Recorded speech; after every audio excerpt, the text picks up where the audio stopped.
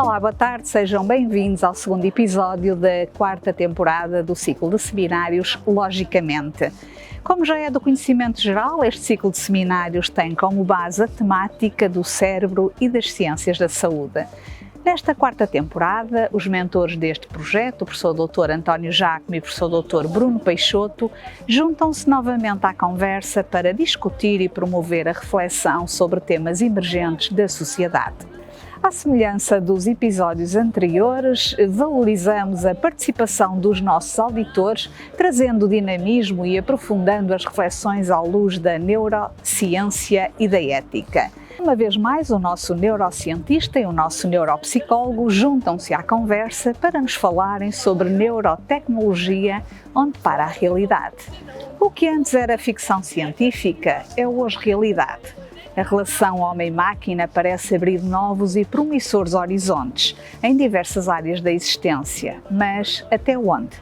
Qual é a realidade e, sobretudo, quais os riscos e desafios éticos? E é neste momento que passo a palavra diretamente para o nosso estúdio. Muito boa tarde a todos e a todas. Professor Dr. António Giacomo, passo-lhe desde já a palavra. Olá então, muito boa tarde a todos. Antes de mais, boa tarde Bruno. Boa tarde. Boa tarde a todos que estão a ouvir, que estão presentes. Hoje temos um dos temas que tem uma característica muito especial. Ele tem a mesma significação que tem as grandes questões da nossa humanidade. As questões sobre o tempo, sobre o espaço, sobre as grandes verdades da humanidade. Nós, quando as debatemos, todos nós, leigos na matéria ou mais conhecedores, todos nós temos alguma coisa a dizer. Sabemos alguma coisa sobre essas realidades fundantes da humanidade. Mas depois, quando começamos a articular um discurso mais consistente, verificamos que, afinal de contas, essa presunção de conhecimento não é tão eficaz como aparentemente parecia existir. Na verdade, o tema da neurotecnologia parece um tema extremamente simples. Basicamente, se fosse agora à rua fazer um pequeno inquérito e se perguntasse à maior parte das pessoas o que é que entende por neurotecnologia, eu acredito que a maioria era capaz de nos dizer que era alguma coisa da tecnologia aplicada ao cérebro ou alguma coisa relacionada com isso. Na verdade, isto tem algum fundo de verdade. Mas será que a neurotecnologia é só a utilização dessas tecnologias no nosso cérebro ou haverá algo mais complexo? Parto desta convicção, Bruno, de que sim, a neurotecnologia é um mundo novo, é uma novidade na nossa realidade. Mas eu começo por situar a questão de uma forma muito simples. Se nos puséssemos a separar, a dissecar este termo, este novo termo, poderíamos ver que o seu elemento fundante, a sua expressão básica, a sua raiz, assenta em dois termos conhecidos muito bem. Neuro, que nos recorda o cérebro, que nos recorda esta estrutura que nos convida e que nos chama a estes encontros, e o outro substantivo, a tecnologia. E, na verdade, a tecnologia é tão antiga como o próprio homem. Aliás, dizem os antropólogos que foi a tecnologia a expressão e, ao mesmo tempo, a razão da evolução da espécie humana. Na verdade, ao contrário dos outros seres humanos, dos outros seres não humanos e dos outros animais, nós somos os únicos que somos capazes de construir um conjunto de ferramentas que são capazes de facilitar a nossa vida. É esta a evolução da própria humanidade e que se vai separando, acredito que cada vez mais, dos outros seres que habitam o nosso planeta. Na verdade, partimos desta ideia positiva. A tecnologia é um elemento fundante desta evolução da espécie humana.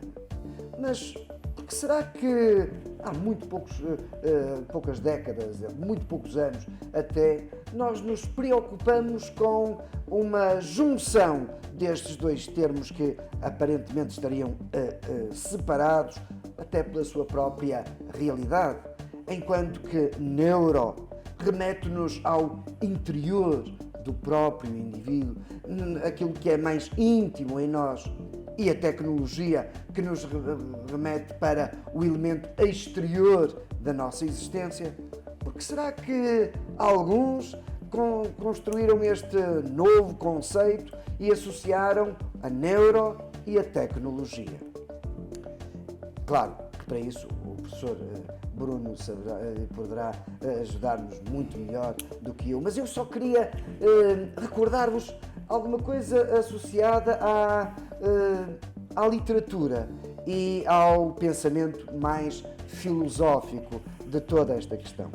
E faço com dois elementos iniciais, e eu termino já para dar lugar ao professor Bruno. Dois elementos. Um é um velho artigo, já do século XIX, meados do século XIX, de um senhor chamado Francis Galton, que escreveu um artigo na qual fazia a distinção entre, eu vou dizer o termo em inglês porque é mais fácil para depois explicar o resto, nature and nature. Os conceitos, a pronúncia é muito parecida, embora que o grafismo seja substancialmente diferente. Mas, na verdade, Galton o que nos queria dizer, já nessa época vitoriana, meados do século XIX, ele começou a estudar uma realidade que é fundante da nossa sociedade. Na verdade, existe um elemento genético, um elemento nature, natural, da própria realidade, que condiciona o desenvolvimento pessoal e o desenvolvimento da civilização. Mas, segundo ele, há um outro elemento, o tal nature, que é a criação, a realidade do ambiente, as realidades exteriores, que elas também são fundamentais para a alteração da nossa personalidade, daquilo que nós somos enquanto indivíduos e enquanto sociedade. E este elemento é muito interessante, porque na verdade Francis Galton não sabia nada das novas tecnologias, não conhecia a ressonância magnética, nem conhecia nada daquilo que hoje nós, mesmo os que são menos dedicados ao estudo destas matérias, temos capacidade de o fazer. Mas ele começou por intuir esta realidade.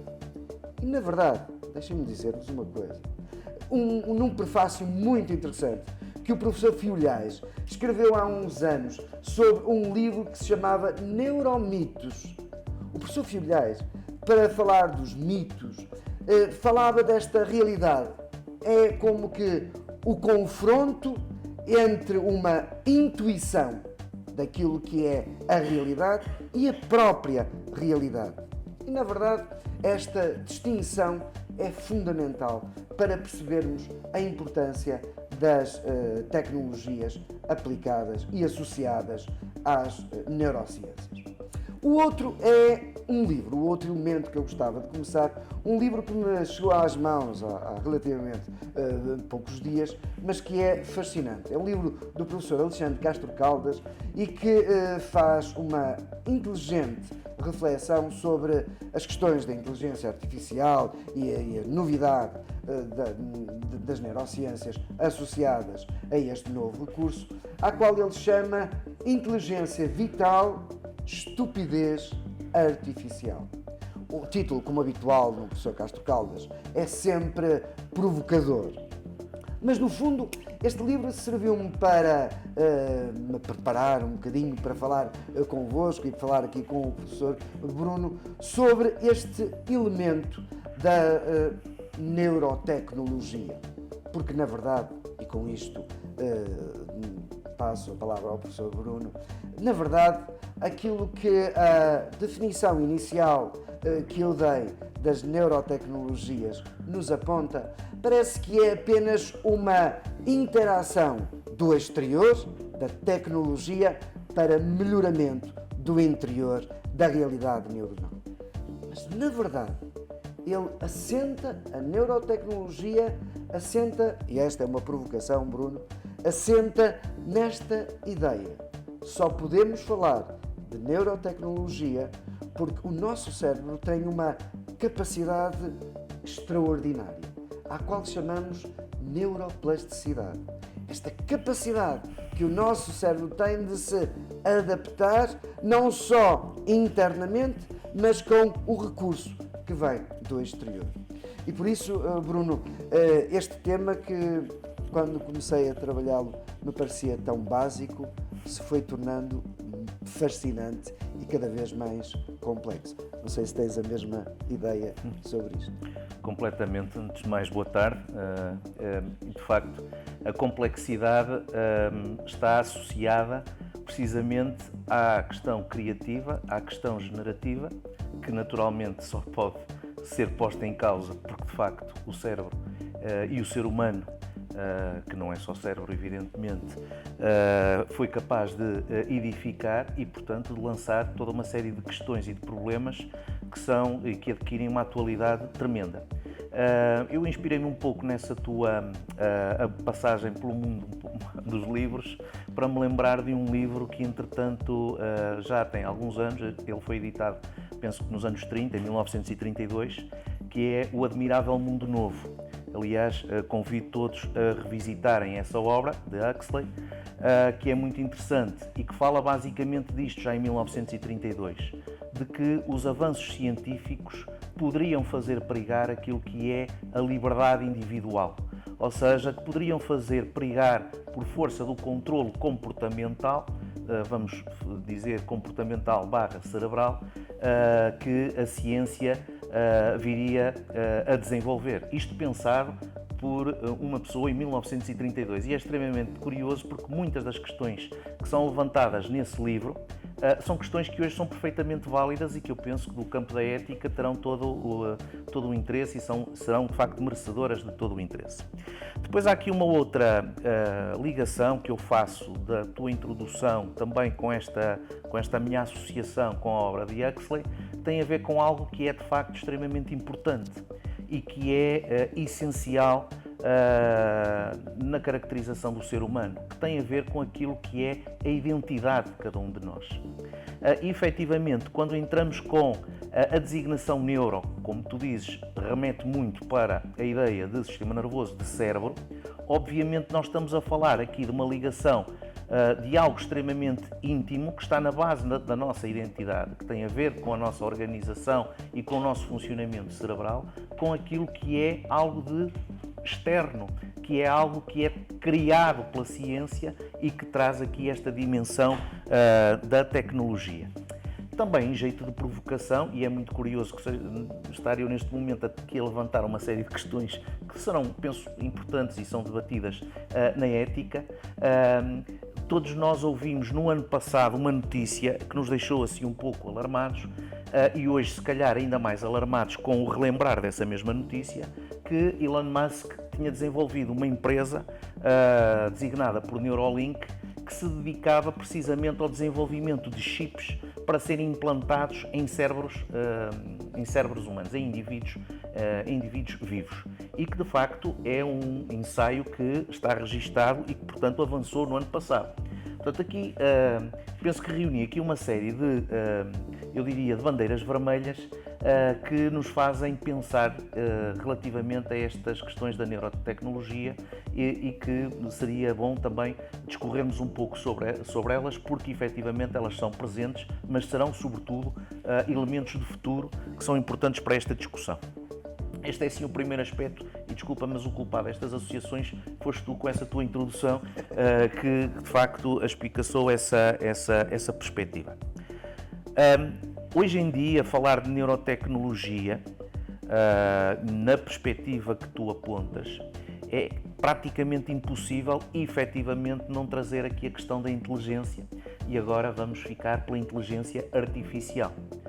Que obviamente é um tema que de alguma forma invadiu aquilo que é o senso comum. Todos nós recorremos a ferramentas de forma mais ou menos consciente, de forma mais ou menos avisada, que se baseiam precisamente nessa ferramenta tecnológica que é a inteligência artificial, e a inteligência artificial é, neste momento, um elemento central para esta questão da neurotecnologia. Vamos vendo, enfim, a aplicação da inteligência artificial, por exemplo, naquilo que tem a ver com perturbações neurológicas, com perturbações neuropsiquiátricas, por exemplo. Os modelos de aprendizagem de máquina têm sido muito úteis para o desenvolvimento de algoritmos que nos vão permitir identificar precocemente determinadas condições. Por exemplo, há um estudo agora muito recente realizado com crianças que recorre também a ambientes de realidade virtual e que mostram que os algoritmos que analisam os movimentos, a direção do olhar da criança no ambiente de realidade virtual é capaz de diagnosticar com uma eficácia de 85% alterações do espectro do autismo nas crianças. Isto é baseado em modelos de aprendizagem de máquina, portanto, de inteligência artificial. Isto é uma tecnologia que não está propriamente implantada, nesta perspectiva que eu estou a falar, no cérebro, mas que de alguma forma nos ajuda, por exemplo, a olhar para o cérebro e olhar para as questões de alteração de funcionamento cerebral. Isto também é, e enfim, por afinidade a esta área, é também extremamente importante no que tem a ver, por exemplo, com as condições, enfim, neurocognitivas, com aquilo que nós chamamos genericamente de demências. Esta inteligência artificial tem sido também uma ferramenta extremamente importante para apurarmos de forma precoce aquilo que são diagnósticos nem sempre fáceis e diagnósticos diferenciais que de facto são muito intrincados. Por exemplo, há um estudo que saiu em 2024 muito interessante que nos mostra claramente que esta ferramenta, portanto, este modelo de aprendizagem de máquina, a inteligência artificial, pode aumentar a eficácia de diagnóstico diferencial de uma forma extremamente significativa. E se estamos a falar, por exemplo, de quadros demenciais devido a causas não tão comuns, como por exemplo doenças priónicas, a eficácia do diagnóstico aumenta 73%. Estamos a ver aqui um aspecto muito inicial da utilização da inteligência artificial, desta ferramenta tecnológica, que é ao mesmo tempo também uma área científica e também uma infraestrutura, que vai dar depois aqui substância a outro tipo de tecnologias, mas que efetivamente hoje em dia já estão em plena utilização. Em plena utilização, enfim, completamente não estão, porque obviamente tem que haver aqui uma transição, nomeadamente daquilo que são os registros clínicos e, portanto, a utilização daquilo que são os grandes dados clínicos que vão estando disponíveis para, de facto, estas ferramentas se poderem ir apurando. Portanto, a inteligência artificial é aqui uma questão central. Isto porquê? Porque também nos vai permitir utilizar a inteligência artificial, de facto, como uma infraestrutura que pode dar suporte e maior desenvolvimento àquilo que é a relação entre o indivíduo e a máquina. E eu aqui vou ser um pouco reducionista, aquilo que é a relação entre o cérebro e a máquina, o cérebro e o computador. Esta ideia de que o funcionamento cerebral é capaz de é possível utilizar o funcionamento cerebral, utilizar determinados comprimentos, determinada informação gerada na superfície, por exemplo, do córtex cerebral, para movimentar determinados objetos, é algo que não é propriamente novo. Há estudos de 2012 em doentes com implantes cerebrais. Por exemplo, estamos a falar de indivíduos que tiveram acidentes vasculares cerebrais, por exemplo, localizados ao nível do tronco e que ficaram tetraplégicos, e que depois são capazes de movimentar com o pensamento, através dos sinais emitidos pelo chip que está, de facto, a captar o funcionamento dos neurónios, é capaz de mexer um braço robótico. Estamos a falar de algo que parece top, que saiu, que foi descoberto ontem, mas que já existia em 2012. E mais, estes dados foram avançados em 2012, mas o implante destes chips nestes doentes foi feito 5 anos antes. Portanto, na verdade, tudo aquilo que nos parece agora assim muito avançado já está a acontecer há largos anos. Mas efetivamente, e aqui é que entra a inteligência artificial como uma infraestrutura importante, esta inteligência artificial está a ajudar a aprimorar muitos destes mecanismos e muitas destas técnicas que já em 2012 surgiam. Portanto, nós estamos de facto num comboio que já está a andar há alguns anos. E neste momento esta revolução, esta entrada da inteligência artificial vem-nos dar aqui toda uma série de novas possibilidades para podermos de facto alavancar novas estratégias e novos métodos e novas aplicações até nesta relação entre cérebro e máquina. Mas eventualmente eu mais à frente poderei dizer mais alguma coisa sobre isto. Ao falar sobre isto, há algumas coisas que estão relacionadas com o nosso tema e que são muito importantes. Na verdade, aquilo que a esmagadora maioria de nós reconhece quando falamos de inteligência artificial é um modelo de inteligência que não é natural, porque a nossa inteligência seria a natural, e depois de uma forma simétrica, aliás, em 56, quando começa este termo da inteligência artificial a ser cunhado e a ser definido, a ideia é criar um modelo similar ao funcionamento das redes neuronais e que seria computurizado, mas com muito poucas promessas de aplicação e até de eficácia que nós nunca imaginamos que fosse a eficácia que hoje estamos a observar, e é o grande desconhecido, e por isso nos tem algum medo e nos causa algum espanto nesta nossa análise. Mas, na verdade, aquilo que para nós, a maior parte das pessoas, quando fala de inteligência artificial, associa é a uma ideia de decisão. A capacidade que um sistema binário é capaz de produzir uma tomada de decisão que é autónoma, ou seja, sem a intervenção do humano, mas que fica apenas neste nível da tomada de decisão. Ao falares agora desta nova aplicação da inteligência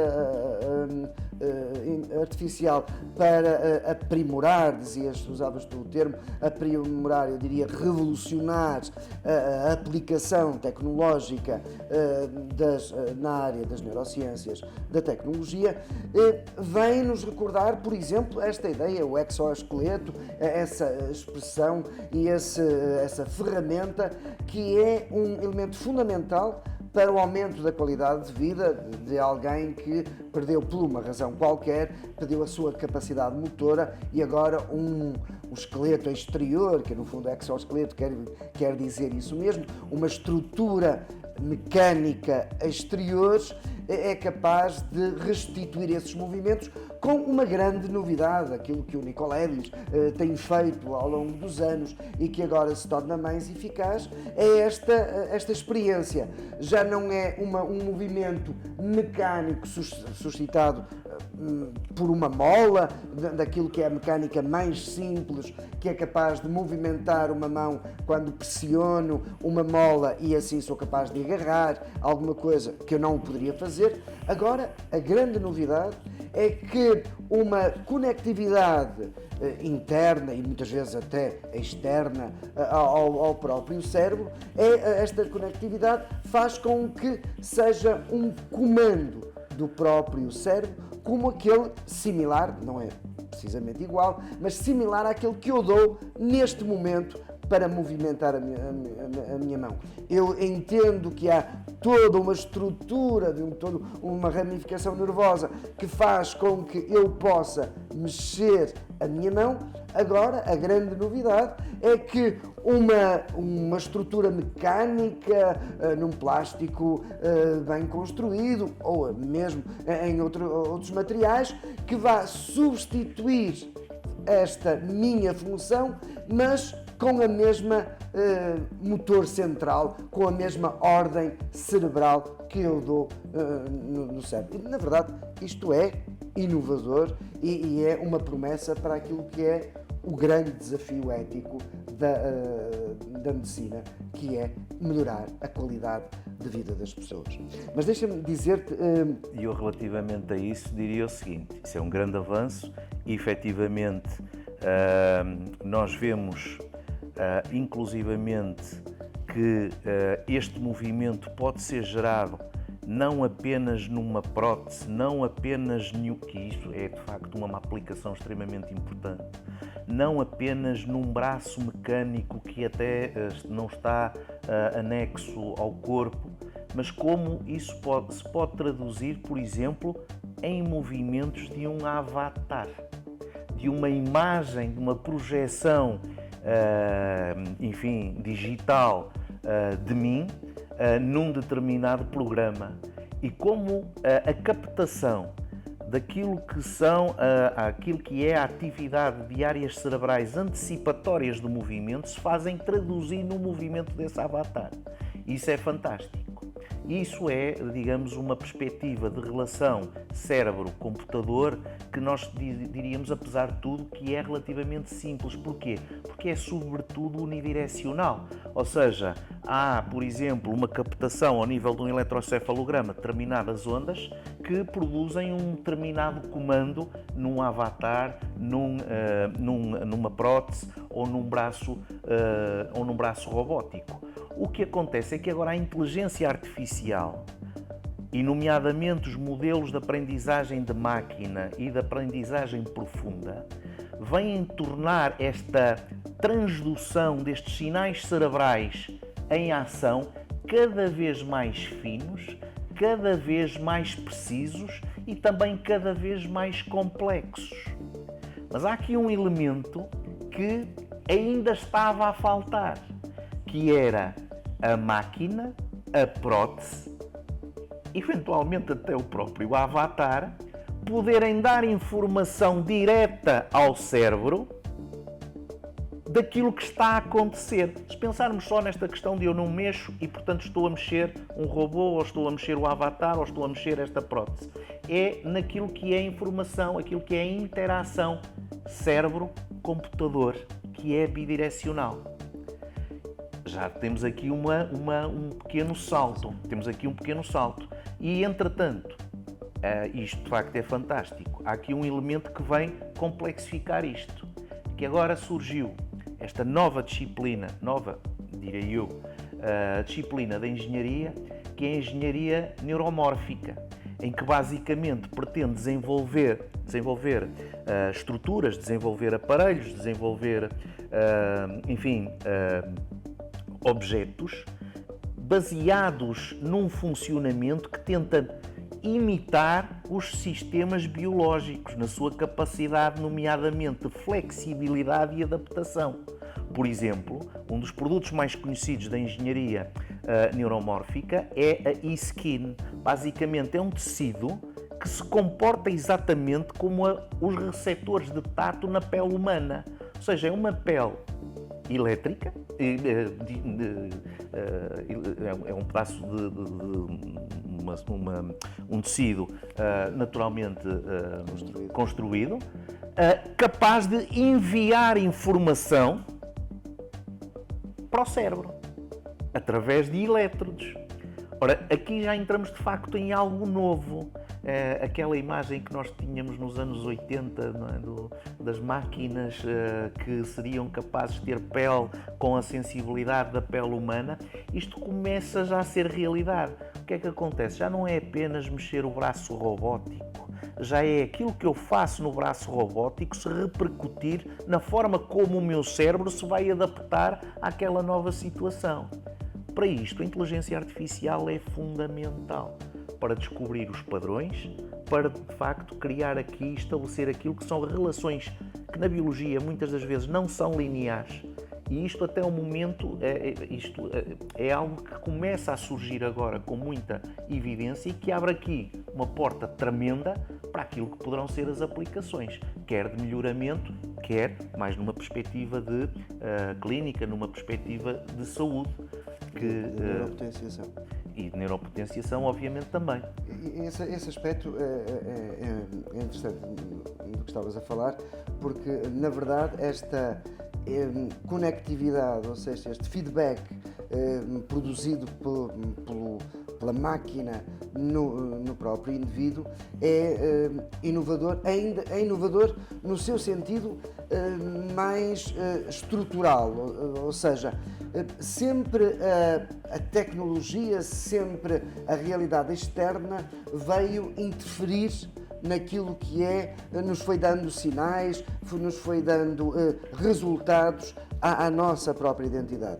E eu queria voltar um bocadinho atrás, porque na verdade começaste por falar desta questão da identidade, ou seja, uma das questões que falamos muito quando falamos de inteligência artificial, de neurotecnologia, é esta relação com a nossa identidade. E para dizer aquilo que é uma experiência que faz parte da cultura e da civilização, da nossa civilização, que assenta nesta ideia que vem já dos gregos, em especial de Platão, e da sua ideia de identidade. O que é o homem? O que é o ser humano? E o ser humano foi definido como o ser pensante, Aristóteles, a ideia do ser racional, como aquilo que nos define e que nos separa dos animais. Já nós tivemos o ano passado a oportunidade de falar da realidade animal e da inteligência animal, mas serve-nos também para pensarmos nesta ideia. E aquele que foi o resultado para a cultura da nossa civilização, para o estadio da nossa cultura, é esta ideia de que a identidade é uma realidade estática, que é uma realidade que me define.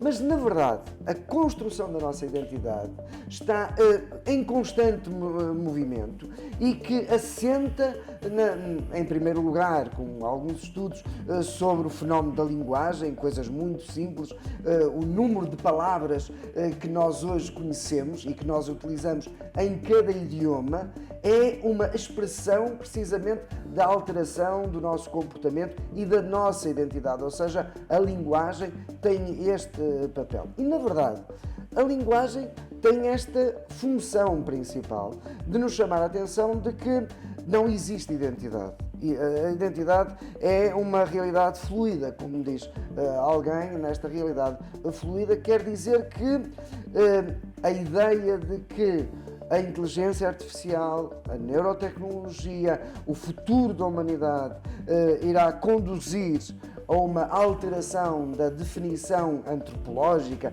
da definição do que é o homem e do que é a pessoa, tem ao mesmo tempo um elemento assustador, porque é sempre uma incógnita, é uma revolução, é uma mudança de paradigma, mas que esta é a primeira nota, ela fará parte da nossa identidade, ou seja, a identidade futura, aquilo que será o futuro da humanidade, é o futuro da sua identidade e da sua realidade.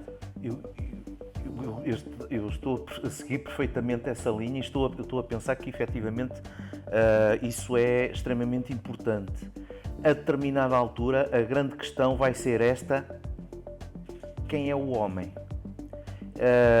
Porque uma coisa é nós estarmos a falar da interação entre o homem e o computador, uma coisa é também estarmos a falar o homem e o computador ser capaz de dar esse feedback, mas há aqui uma área que é extremamente importante e que me parece uma área muito promissora em termos de futuro e desenvolvimento destas neurotecnologias, que tem a ver com isto, com a combinação da inteligência humana e da inteligência artificial num sistema simbiótico. fundamental e importante para, por exemplo, aprimorar aquilo que é a capacidade de tomada de decisão. Tomada de decisão, podemos pensar tomada de decisão ao nível de saúde, podemos pensar tomada de decisão ao nível, enfim, do nosso dia-a-dia, mas esta partilha daquilo que é a informação própria do indivíduo e o conhecimento próprio do indivíduo com aquilo que é a aprendizagem que a máquina faz e com os algoritmos que estabelece, faz nascer aqui uma nova ideia que é a da inteligência e dos sistemas de inteligência híbrida. E de facto estes sistemas de inteligência híbrida abrem a porta para uma questão aqui muito importante que tem a ver precisamente com isto. Até que ponto é que o homem continuará a ser homem? Até que ponto é que o homem será evidentemente, ou será, em termos identitários, exclusivamente aquela entidade?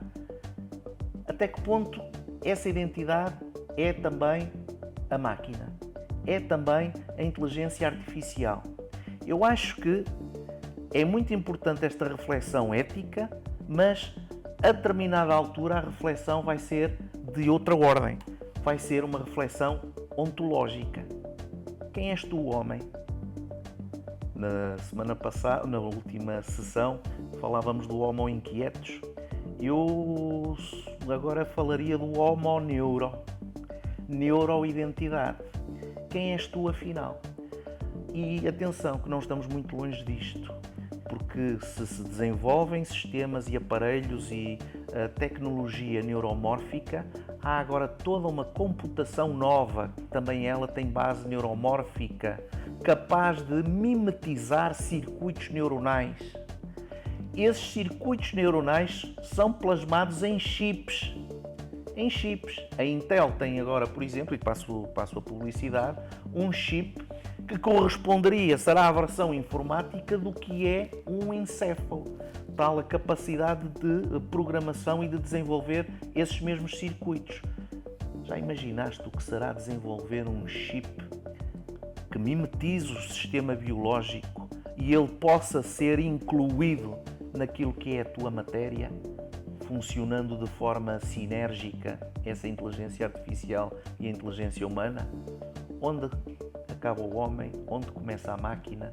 Esta é a realidade. E a respeito desta questão da própria identidade, eu recordo uma conversa muito interessante que tive há uns anos com um grande amigo que tu conheces também, o professor Rui Vaz, e que tem trabalhado muito estas questões da introdução de alguns elétrodos e alguns instrumentos da neurotecnologia, em especial para o controle de alguns efeitos motores, de algumas doenças, de alguns pacientes, e ele falava-me precisamente desta ideia, de que, na verdade, a técnica que já há uns anos é utilizada tem efeitos somáticos muito interessantes, ou seja, é evidente que nós conseguimos reduzir, sei lá, numa doença do foro motor, um Parkinson, por exemplo, diminuirmos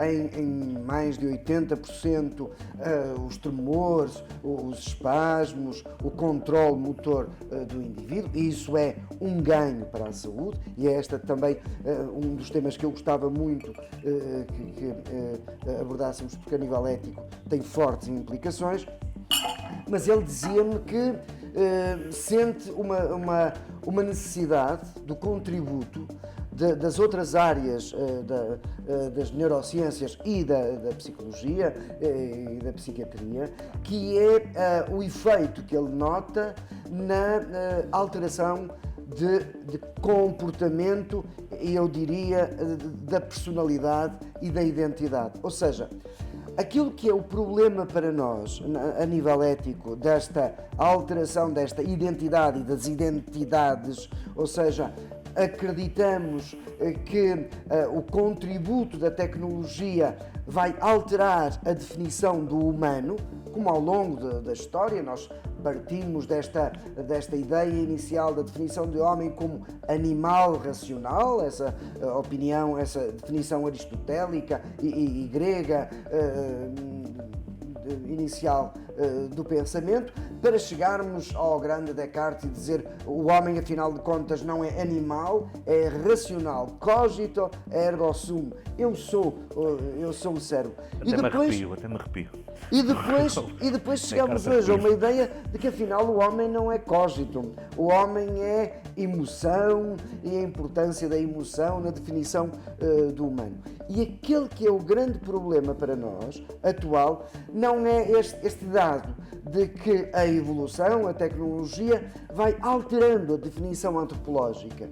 O problema é a velocidade com que o estamos a fazer. Ou seja, aquilo que o professor Rui Vaz me dizia, era precisamente, e que dialogava com ele no encontro, era precisamente isto.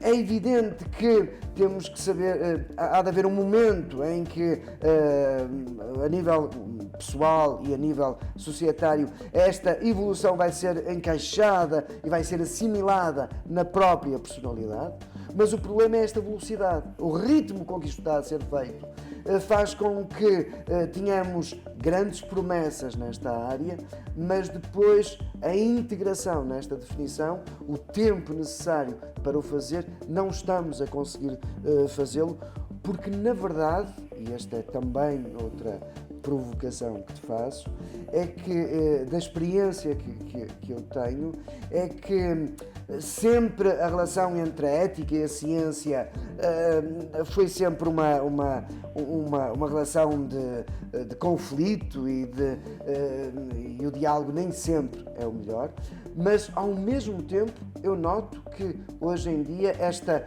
evolução, este progresso científico que vamos tendo, não nos está a deixar espaço para os cientistas, mas também para aqueles que refletem as questões da bioética e da ética, para assimilar este conhecimento. E aquilo que nós vemos, e eu estou muito contente no decurso desta nossa conversa, porque estás a dar uma perspectiva muito prática e muito atual desta realidade. A maior parte dos cursos que nós fazemos hoje sobre a inteligência artificial é de um vazio, de uma quase associação entre ciência ou ficção, em ficção científica e a realidade. E esquecemos às vezes do problema. Eu dou-te já a palavra, mas há dois aspectos, eu não sei como é que estamos de tempo, mas que eu gostava muito que hoje também abordássemos, que é um deles, é aquilo que eu chamo da neurotecnologia low profile e a neurotecnologia hard. Até agora nós falámos basicamente da neurotecnologia hard, ou seja, desses grandes contributos da inteligência artificial, do exoesqueleto, dos chips e dessas novas tecnologias que melhoram a condição de vida humana, no sentido como o grande objetivo da medicina e que nós acreditamos que é esse o grande desígnio. Mas a mim também me preocupa aquilo que eu chamo o low profile da neurotecnologia, que é estas pequenas associações que se vai fazendo, em especial no neuromarketing, por exemplo, para condicionar o nosso comportamento, ou seja, do recurso da tecnologia para alterar o nosso comportamento. E eu vou-te contar uma pequena história a todos, que eu às vezes até comento com os meus alunos, que é uma experiência de um centro comercial. Existe um centro comercial aqui no Norte que tem uma experiência que para mim é pelo menos desafiadora na reflexão. É um centro comercial em que nós entramos no parque de estacionamento e temos uma porta deslizante e mal entramos naquela porta sentimos um cheiro super agradável, um perfume muito agradável. E logo a seguir, esse centro comercial tem outra porta fechada. E durante 2 segundos, o tempo em que demoramos a percorrer, fecha uma porta e fecha a outra, e nós ficamos naquele vácuo de segundos a inalar aquele cheiro. E, na verdade, aquele cheiro produz em nós um bem-estar, produz em nós uma sensação agradável de entrar no espaço comercial. Esta é uma das experiências, há muitas outras, que é a utilização de fármacos, principalmente, que também me preocupa, que é o recurso também de usar o conhecimento da farmacologia, por exemplo, da perfumaria, o efeito que o odor tem na mudança do nosso comportamento, os velhos experiências que conhecíamos nas aulas de algumas substâncias, de oxitocinas, para mudar comportamentos de funcionários e de patrões, nos tornar mais flexíveis nas nossas opiniões. Tudo isso que nós ouvimos falar em laboratório é vivido neste aspecto. O outro tema que eu também gostava de falar, que é esta ideia do uso off-label dessas tecnologias. Ou seja, esta distinção que é antiga, esta reflexão, mas que hoje é muito atual, que é a diferença entre a utilização curativa na área da medicina de determinada técnica ou determinado fármaco, por exemplo, e o seu uso recreativo, o seu uso de neuropotenciador. Ou seja, eu não estou doente, eu não necessito deste medicamento ou desta tecnologia, mas porque preciso de melhorar a minha eficácia motora, por exemplo, o doping, tradicionalmente, que nós ouvimos falar, uma dessas substâncias, que eu uso o recurso farmacológico com efeito para melhorar a qualidade de vida e efeito curativo, muitas vezes, e que ele é utilizado por pessoas sadias com um objetivo de potenciar, melhorar o meu rendimento atlético, intelectual, profissional, na própria indústria. São muito repetidos os casos de grandes multinacionais que hoje em dia já condicionam o comportamento dos seus trabalhadores através ao recurso da neurotecnologia e dos estudos do cérebro, através não só de fármacos, mas de odores, de perfumes, de músicas, de um conjunto de instrumentos que hoje em dia são utilizados. E a neurotecnologia hard é extraordinária, é um problema, é um desafio ético que nós colocamos, mas que esta neurotecnologia soft, low profile, não é menos desafiante. Não sei se... Sim, não tinha visto as coisas dessa perspectiva do low profile, mas esse low profile, nessa perspectiva, hoje em dia, na perspectiva atual, necessita muito de inteligência artificial para aumentar a sua eficácia, porque muitas dessas, enfim, experiências, muito dessas ideias não passam por vezes de falácias, sem grande sustentabilidade do ponto de vista científico. Agora, evidentemente, nós estamos a entrar num tempo, numa época, devido precisamente a essa inteligência artificial, onde é possível modificar e dar feedback consoante aquilo que é a disposição do indivíduo, aquilo que é ou que são, por exemplo, os estados emocionais dos indivíduos.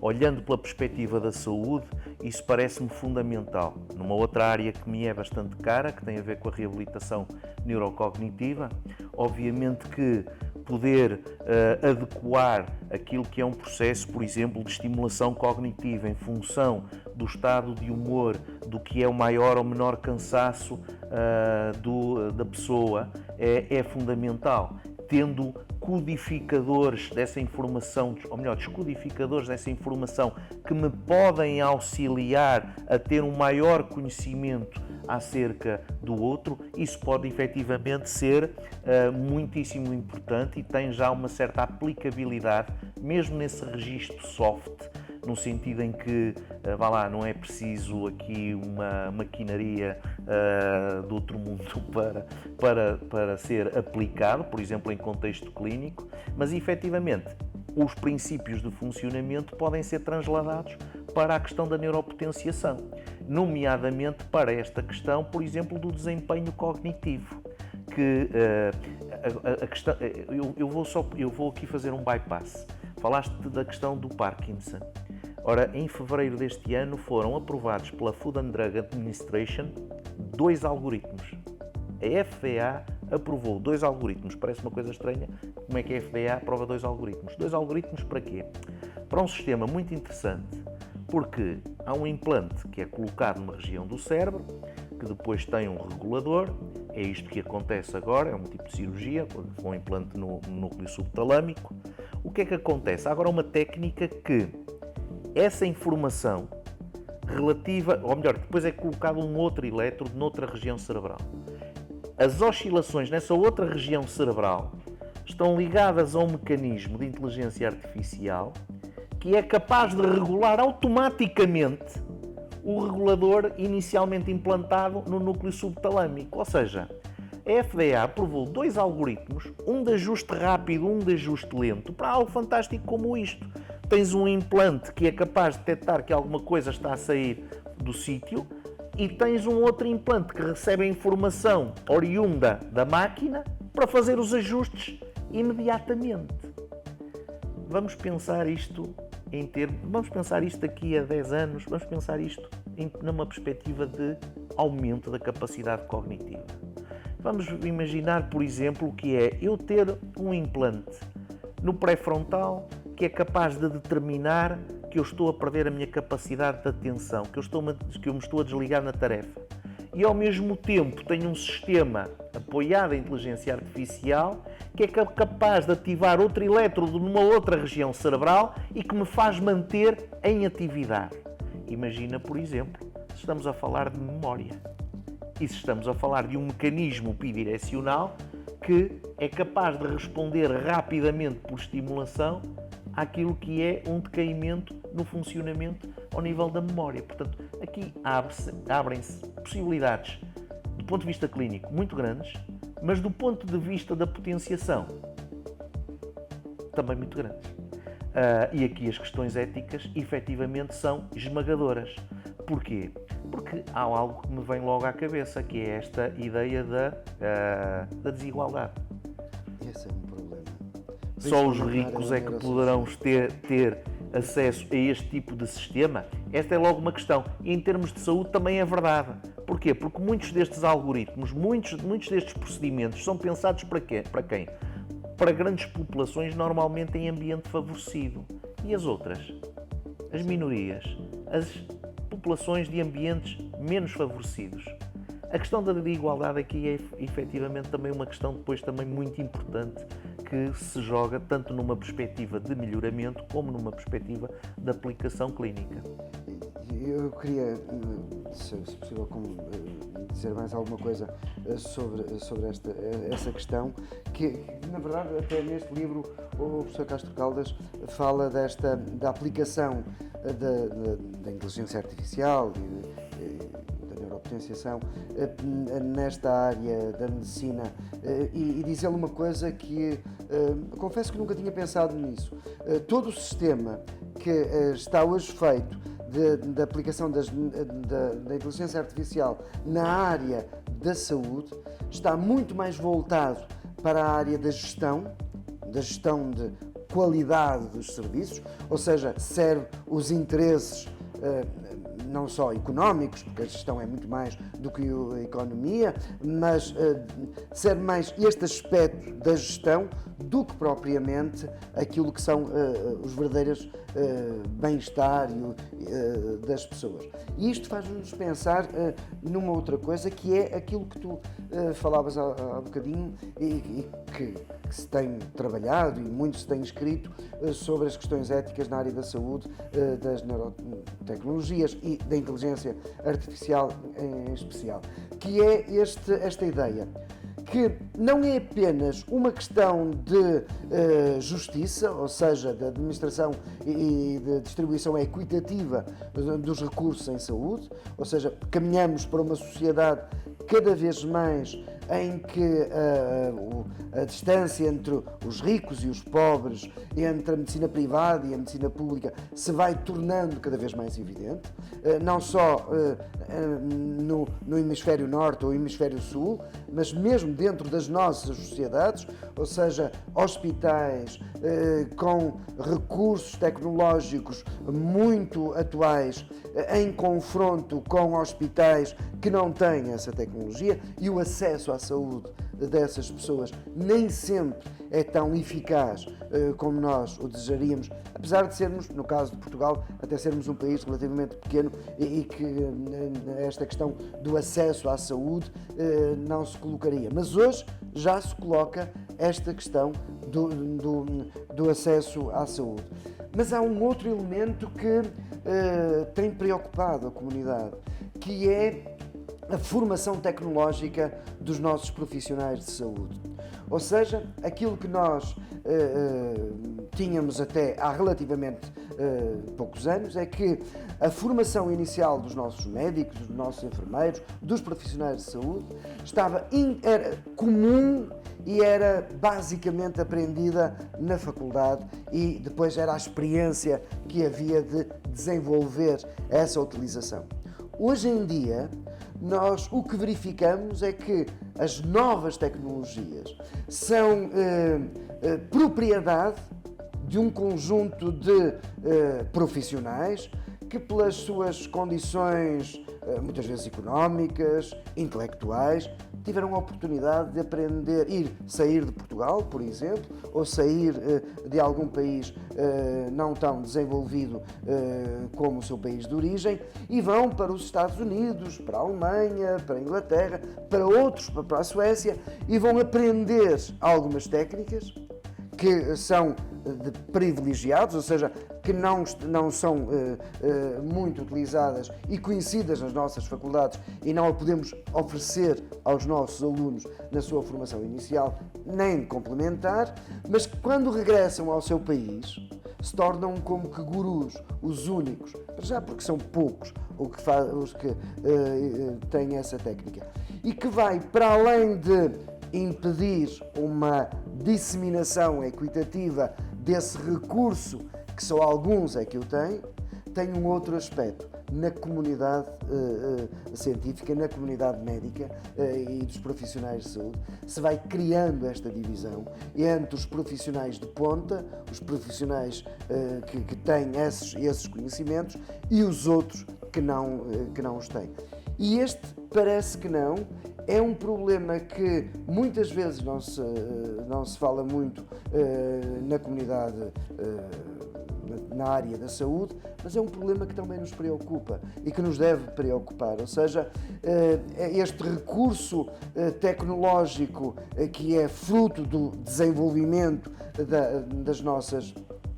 da ciência e da evolução das sociedades, traz também consigo um problema de justiça e de distribuição de riqueza, e mais de distribuição de conhecimento e de oportunidades, em que a velha ideia hipocrática desse modelo de um método de uma medicina assente no doente, centrado no doente, em que se preocupava não só com o aspecto físico, com o órgão doente, mas a pessoa na sua totalidade, na sua integridade.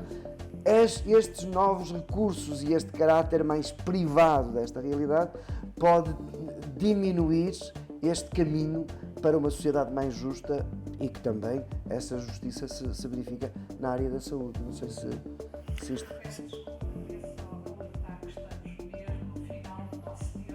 Muito bem. Sim, será melhor.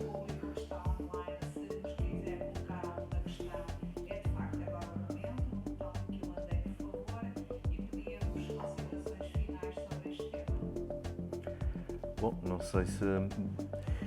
Aquilo que eu queria dizer é que, e isto eu vejo, esta é uma opinião de facto muito pessoal, eu vejo com muito entusiasmo todos estes desenvolvimentos, nomeadamente todos estes desenvolvimentos que têm sido apoiados em inteligência artificial.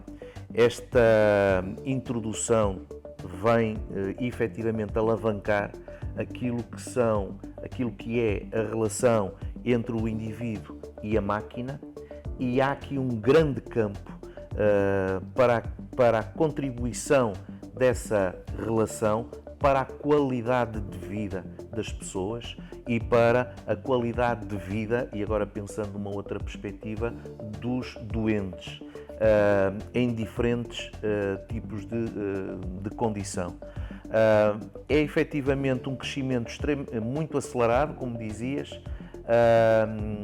No fundo, eu acho que esta percepção de tempo é importante e ela existe, mas repara, ela cria no fundo uma crise. E aí são as crises, é de crise em crise que a humanidade se tem desenvolvido. Tem encontrado novas questões, tem respondido a questões, tem mantido algumas dessas questões sendo incapaz de as responder, mas no fundo nós não podemos negar aquilo que é neste momento a realidade. Portanto, quando tu dizias esta diferença dos profissionais no conhecimento que têm, por exemplo, sobre estas temáticas, obviamente que isto tem que haver aqui um ajuste, e o ajuste começa no público, em primeiro lugar, na capacidade que, por exemplo, a comunidade académica tem de alargar esta discussão para o seio da comunidade e, ao mesmo tempo, as universidades têm que claramente olhar para esta realidade numa perspectiva, enfim, crítica, mas numa perspectiva de futuro. E isso efetivamente é uma reflexão que não pode ser negada, que não pode ser efetivamente calada.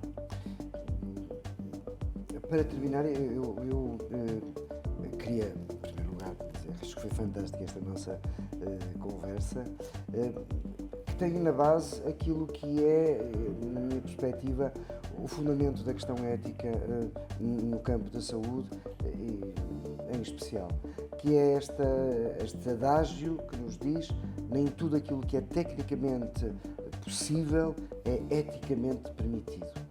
E enquanto a sociedade tiver como slogan do seu comportamento, no desenvolvimento da ciência, esta ideia, o futuro da humanidade, o futuro da ciência e o futuro dos cuidados em saúde será uma realidade. E nesta perspectiva, tudo aquilo que é progresso para a área da saúde é bem-vindo e deve ser acautelada a sua utilização através dos princípios da ética.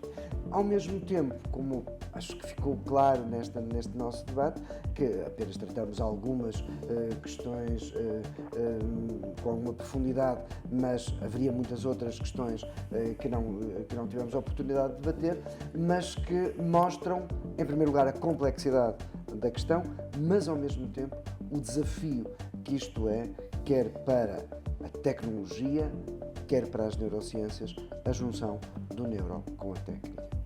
E assim chegamos ao fim do segundo episódio deste Logicamente. Muito obrigada a todos que nos acompanharam e contamos com vocês para o terceiro episódio, que se irá realizar já no próximo dia 22 de maio. No terceiro episódio iremos falar sobre as dimensões do sofrimento psicológico em crianças e adolescentes. Contamos com vocês. Até lá!